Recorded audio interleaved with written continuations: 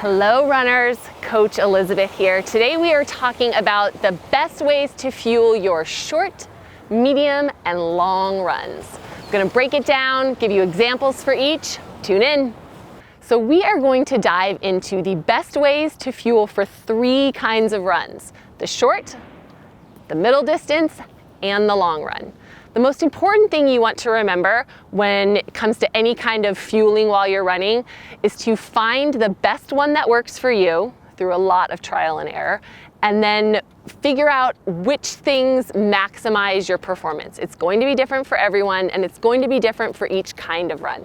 So let's kind of dive into each three of those. So for the purpose of today's video, the short run is going to be anything that is less than 60 minutes.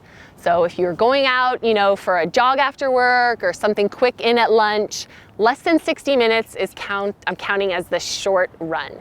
For that, you really don't need any fuel. Your body has enough stored energy to get you through that. You've most likely eaten something, either a snack before you started, or you've had lunch or a meal earlier in the day. So you really don't need any fuel. You shouldn't need any fuel for a run that lasts less than 60 minutes. Our second run type is the middle distance run. So anything kind of lasting from 60 minutes to say 90 minutes. Now this is somewhat of a gray area. You may need a little fuel, you may not. It really depends if you've eaten anything before. So if you're coming in fairly well fueled and you're hydrated and you're gonna be running at a lower intensity, then you might not need to take anything with you. But if you are one of those runners that, if it's a high intensity session, so if you're going to be doing some intervals, some mile repeats, something like that, if you haven't eaten in maybe 3 or 4 hours, then you might want to grab something very easy to digest, simple, kind of fast acting carbohydrate. So half a banana, maybe a fig Newton or two, some dried fruit.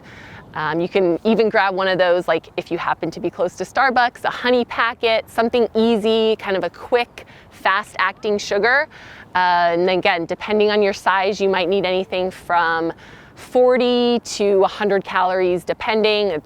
Everybody's different, so find what works for you. But again, this is that gray area. You may need a little fuel, you may not, but you definitely want simple, fast-acting carbohydrates.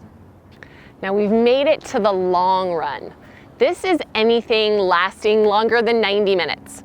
So again, some of you, the 90-minute mark might be the cap. Others, you could be doing some ultra distance running, you could be running all day. So anything over 90 minutes, I'm counting as a long run.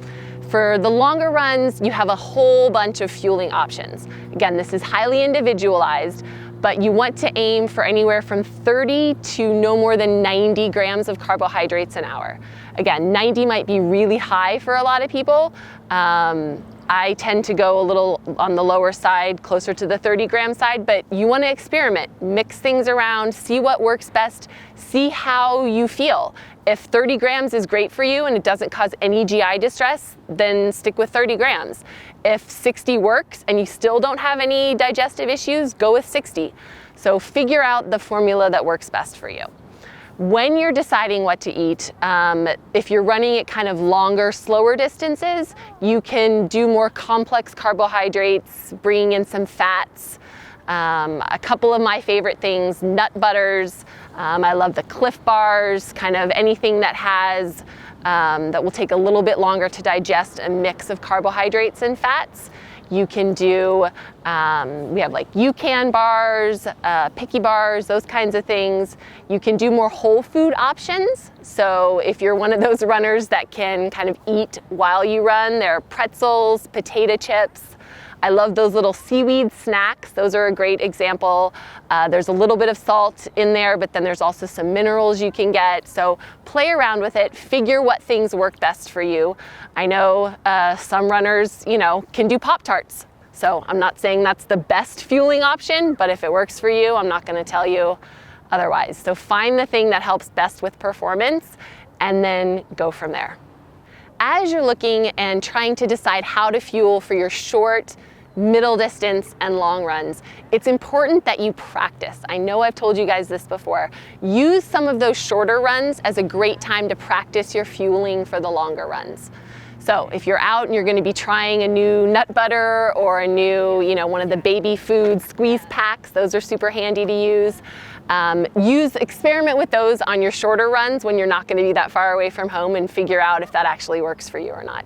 Try a bunch of different things, find something that you really love that is going to taste well 90 minutes into a run, 2 hours into a run, and so on, and then start playing around with it and build your perfect run fueling.